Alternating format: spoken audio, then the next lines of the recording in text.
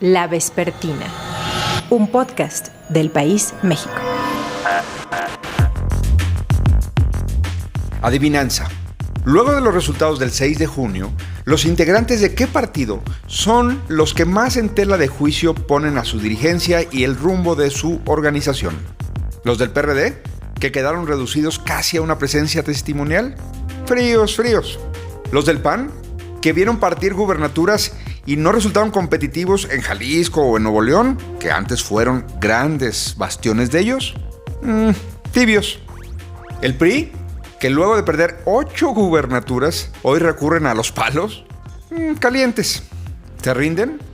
Pues con la novedad de que los militantes que más dudas manifiestan sobre qué pasará son los de Morena, el partido de López Obrador, que ganó 11 gubernaturas y que, es cierto, tuvieron derrotas en diputados, pero retuvieron junto con sus socios una cómoda mayoría absoluta en San Lázaro.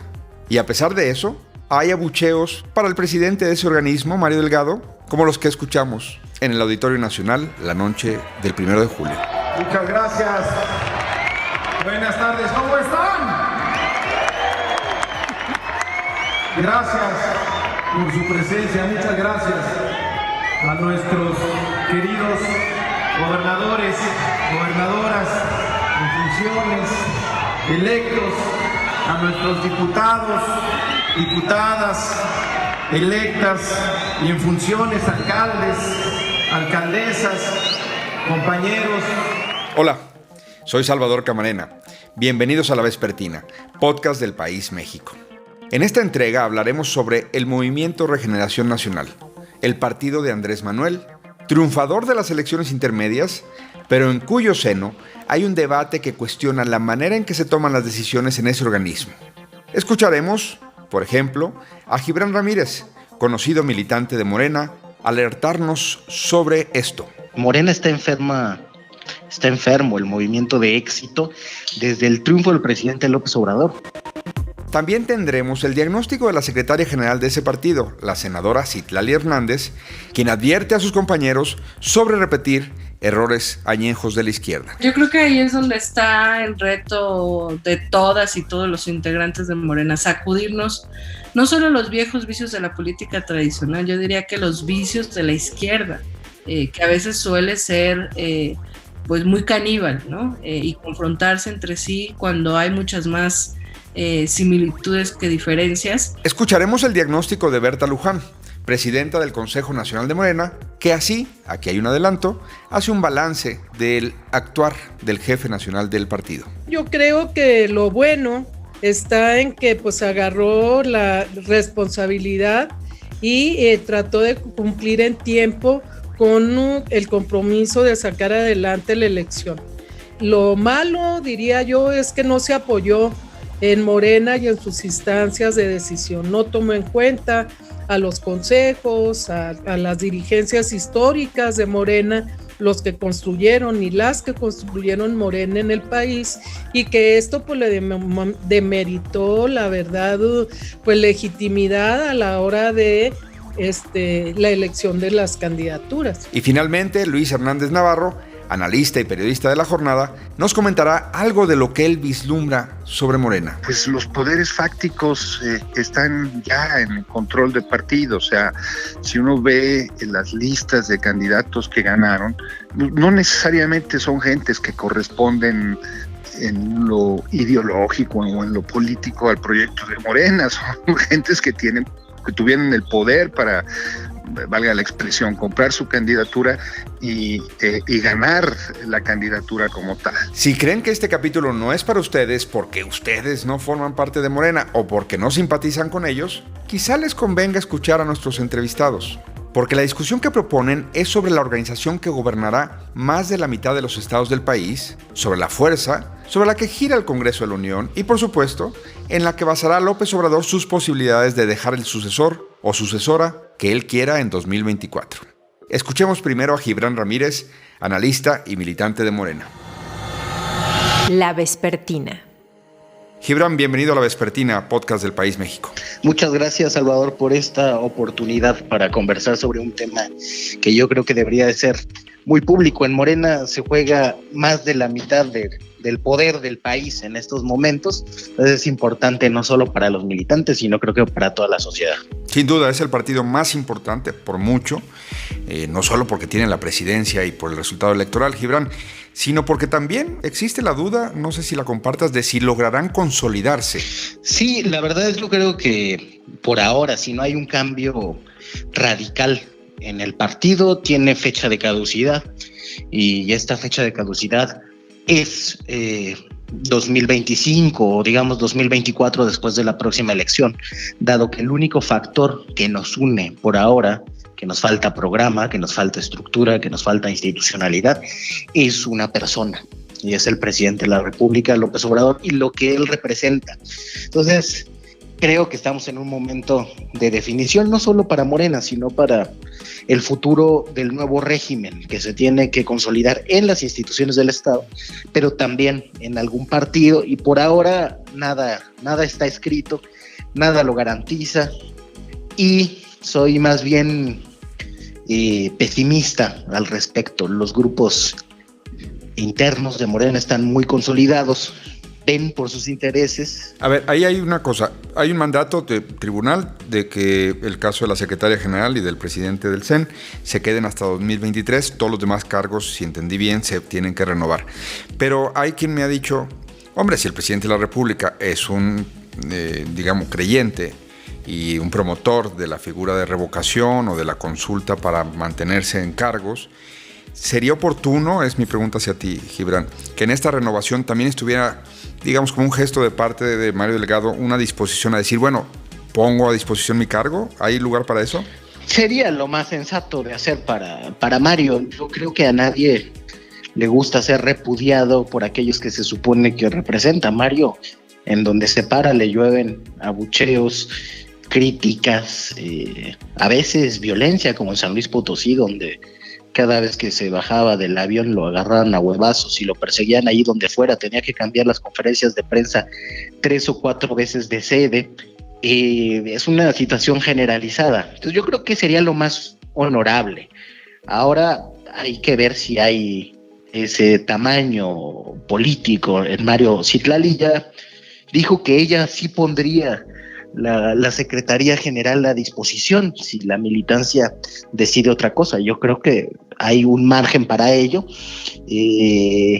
pero por el estilo político que ha tenido Mario, que es más bien el de gestionar poderes ajenos que se quieren quedar ahí, ya sea en territorios o en los órganos del partido, lo más conveniente para esta serie de poderes es que Mario siga ahí, y si su actitud no cambia, pues ahí va a seguir. Gibran, ganaron 11 gubernaturas, sin duda es algo notable.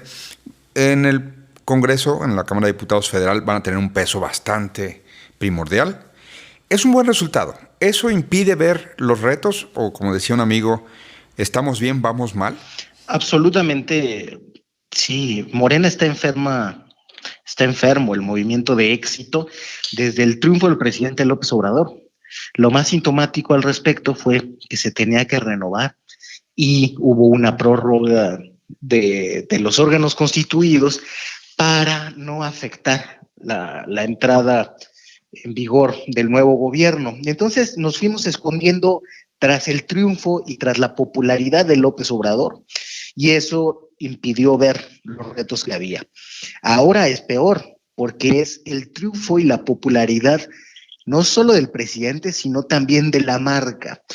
Pero creo que podemos recordar, por lo menos ya que no tenemos discusiones programáticas, doctrinarias, algunos de los eslóganes y de los mensajes más contundentes que se dieron por parte del presidente al fundar Morena. Uno es que no podemos ganar dejando trozos de dignidad en el camino. Y ahora creo que eso de la dignidad y del honor parece ya un artículo de anticuario que se ve como un lujo de algunos que queremos dar esas discusiones. Actualmente el partido nadie lo respeta, se convirtió en un mero instrumento para alcanzar posiciones. Un membrete. En un membrete, y en lo que nunca se había querido, una agencia de colocaciones. Es increíble, yo no sé, en los momentos de formación de los partidos del viejo régimen, si alguna vez irrespetaron tanto a un presidente nacional que además no dio la cara ni respondió a esos abucheos, como ha sucedido con Mario Delgado. La Vespertina. Hasta ahí Gibran Ramírez.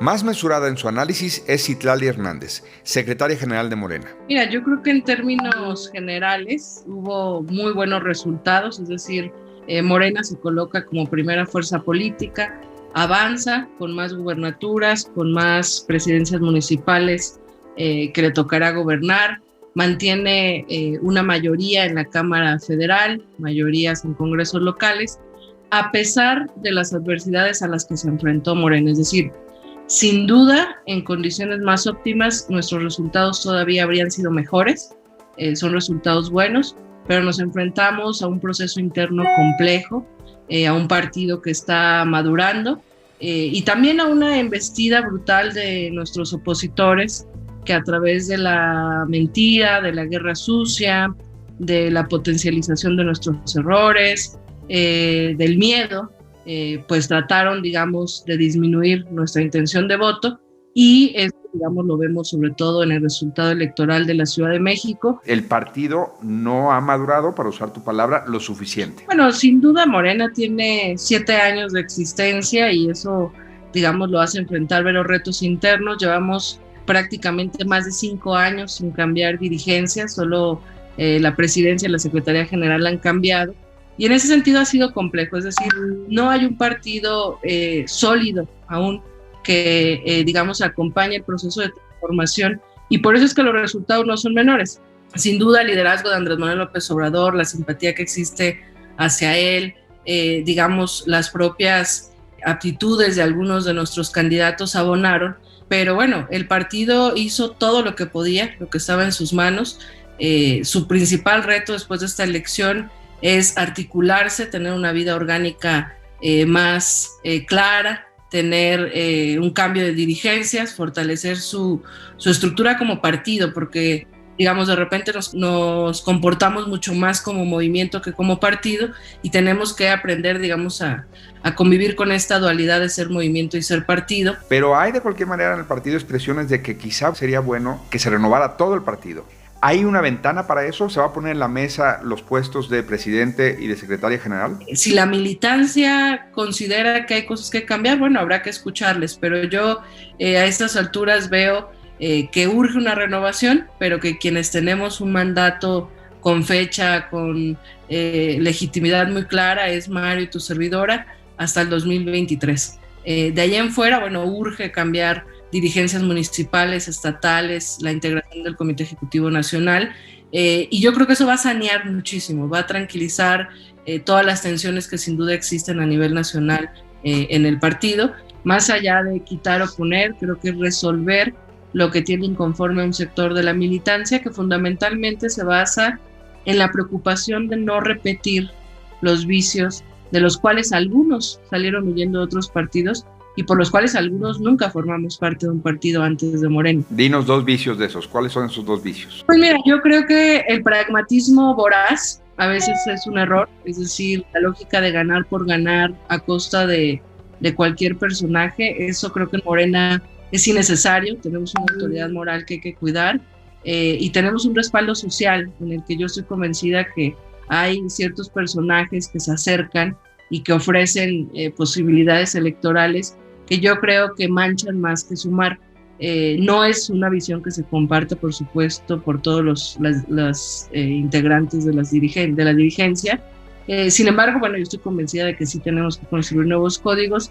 Y más allá de cambiar, yo estoy convencida de que Morena tiene que actuar diferente en su vida interna, que si eso es lo que se demanda con una ruta muy clara, pues bueno, en mi caso yo estoy dispuesta a sumar desde donde me toque, pero francamente creo que más que quitar o poner a un dirigente, toca resolver esa gran disputa que se da entre quienes ya estuvieron y quienes van llegando. Es decir, Morena tiene que crecer, va a crecer inevitablemente y lo que necesitamos generar es una inercia justamente para que crezca sin que eso implique el deterioro de su autoridad política y autoridad moral, como pasó con el PRD o como ha pasado con otras fuerzas políticas. Pero el PRD nunca supo hacer buenas transiciones de dirigencia, reconformación de sus comités.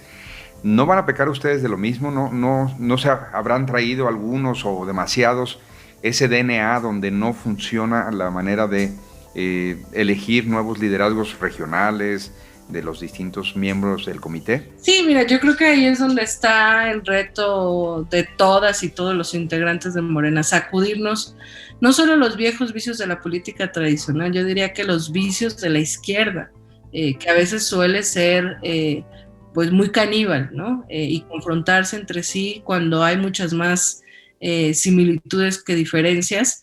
Entonces, yo creo que hay madurez después del proceso electoral y de aciertos y errores. Existe la claridad de que nuestro compromiso es con un proyecto superior a nosotros mismos y estaremos generando esa inercia. Yo creo que lo lograremos, estoy convencida de eso.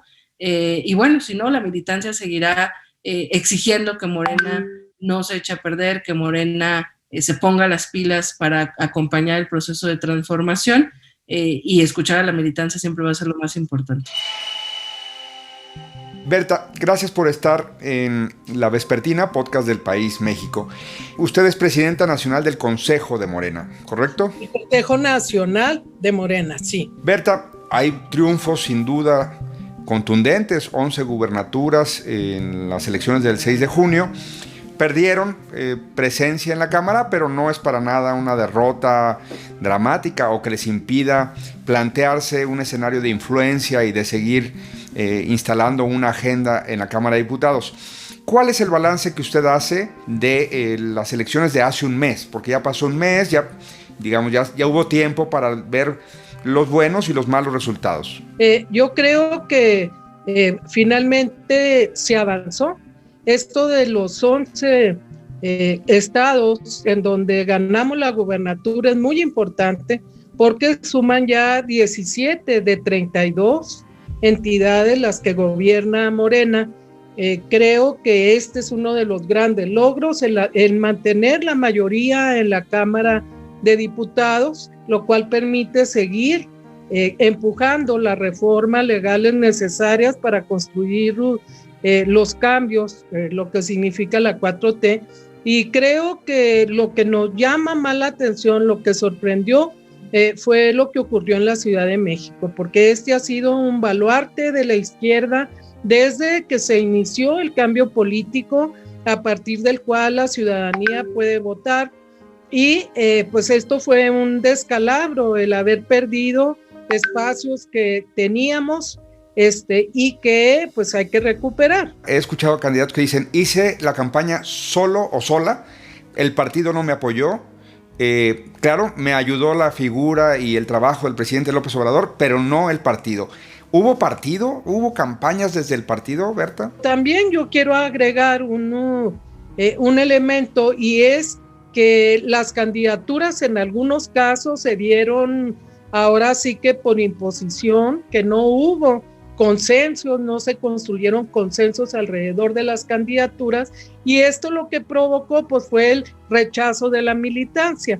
Ahí en donde hay un candidato o candidata que no tiene el respaldo de la gente, una gente a la que no se conoce o que viene de otros partidos o de otras experiencias políticas, incluso en contra de nosotros mismos, pues obviamente lo que provocó fue que la gente no apoyara, ¿verdad? Ni las campañas ni con el voto. He escuchado también eso, he escuchado que de repente militantes que vienen acompañando el movimiento de López Obrador desde hace literalmente décadas, voltearon y dijeron, ¿y esta persona cuándo llegó aquí? Si estaba enfrente, si estaba con los otros, y le dieron una candidatura. ¿Por qué se dio eso, Berta? Bueno, pues sobre todo, por un lado, por la desorganización del partido, ¿verdad? O sea, no funcionan las instancias de dirección, los consejos estatales, el mismo consejo nacional, en fin, se centralizó mucho la determinación, ¿no?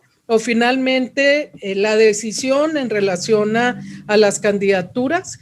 Y por otro lado, también decir que se puso como un requisito, pues el que la gente pudiera ganar por su sola presencia. Me explico. Se seleccionó a gente que podía ganar porque era conocida, porque tenía recursos, etc. Y creo que esos elementos se pusieron por encima de la trayectoria de la gente. Nosotros tenemos un artículo en el estatuto del sexto bis que plantea muy claramente que las candidaturas internas o para elecciones externas, Morena debe elegir gente con tal perfil, honesta, con trayectoria de lucha, comprometida con el proyecto, y creo que esto no fue así. Si pusimos por delante el que tú tengas recursos para hacer tu campaña y además que tengas este nivel de conocimiento entre la ciudadanía de tu persona, entonces lo otro se fue, vamos a decir que para el segundo o tercer lugar, ¿no? En el criterio. Claro. Dígame, del 0 al 10, como en la escuela, ¿qué calificación le pone a Mario Delgado a partir de lo que vimos en la campaña? Un 8. ¿Un 8? No está mal. 7, 8. Bueno, ya le bajó 1. El 7 ya está mal. El 7 en mi casa me regañaron y me decían, eso es mediocre, ¿eh? Otros datos, otras realidades. Con sus diagnósticos y críticas, Luis Hernández Navarro es una voz fundamental para entender a la izquierda y los movimientos progresistas en México. Lo invitamos de nuevo a La Vespertina a comentar lo dicho por Gibran, Citlali y Berta. Por cierto, Mario Delgado no respondió a peticiones de entrevista para esta entrega. La Vespertina. Bueno.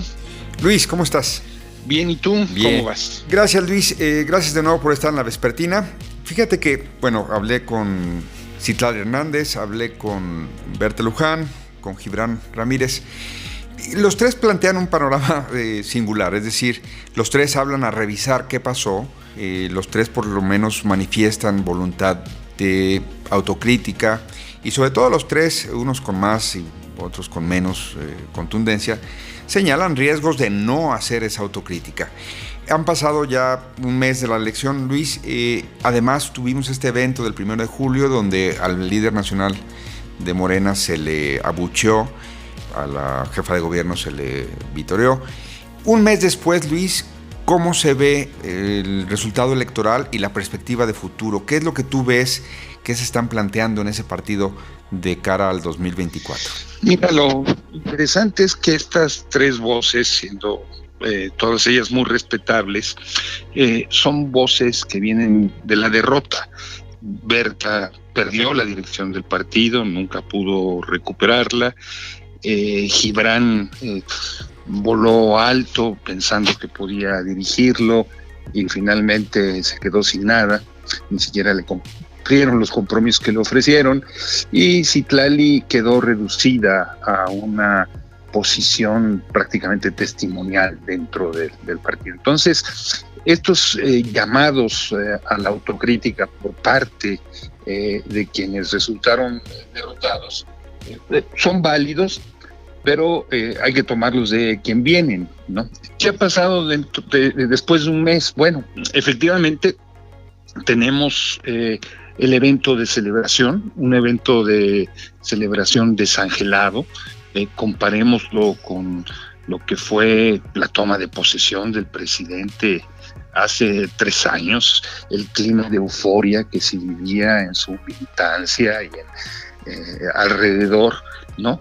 Y ahora, pues las fotografías del evento no dejaban mentir, había enormes huecos. Se quiere responsabilizar de esos huecos a Ricardo Monreal, que se le dieron boletos y no llevó gente, pero lo que es cierto es que había grandes vacíos y un clima de desánimo, complementado por estos dos elementos que tú señalas. La candidatear a Claudia Sheinbaum, que no creo que le convenga demasiado, y los abucheos a Mario Delgado, que son parte de una larga lista de abucheos que se han ido llevando a lo largo de todo el país, ¿no? Porque hizo compromisos que no cumplió, dejó fuera a la vieja militancia, puso como candidatos a factores de poder real, etcétera, etcétera. Entonces, es cierto, hay quien habla de autocrítica, pero quien está al frente no está haciendo esa autocrítica como tal, al menos que pensemos que los cambios que está haciendo el presidente de la República en su gabinete son parte de esa autocrítica llevada al terreno práctico, ¿no? Y con este diagnóstico que haces, es decir, evidentemente los que están en posiciones marginales reclaman autocrítica, revisión, e incluso eventualmente en agosto y en noviembre tienen citas para reconfigurar el partido. ¿Qué pasará en Morena? ¿Qué vislumbras con lo que, habiendo pasado las elecciones, han hecho cada una de las partes? ¿Qué es lo que se podría esperar que haga Morena? Bueno, creo que vamos a ver una exacerbación de la lucha interna. A partir de ahora creo que se va a intensificar. Vamos a ver un crecimiento del fuego amigo en distintas posiciones. Es muy probable, está casi cantado, que van a seguir los cambios en el gabinete, pero creo que la característica central va a ser esta lucha interna y esta dificultad tan grande para tener una cohesión interna que no alcanzaron inmediatamente después del triunfo y que hoy en la perspectiva del tramo final es más difícil que alcance. ¿Ven? Bueno, más bien, ¿escucharon? Morena está llamada a una gran reflexión. Si la llevan a cabo con profundidad o si solo se quedan en la superficie, cualquiera que sea el caso, tendrá repercusiones en la política de México. Gracias por escuchar La Vespertina, podcast del País México. En la producción, Omar Morales. En los micrófonos, Salvador Camarena. Hasta la próxima.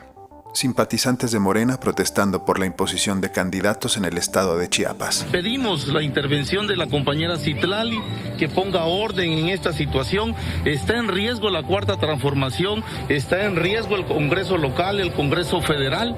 Pedimos que el presidente de la República también voltee a ver esta lucha. Están imponiendo en todo el estado de Chiapas candidatos afines al verde ecologista, es decir, como que quieren que pierda Morena. Yo no lo puedo creer esto, pero de veras se los digo y lo hemos denunciado.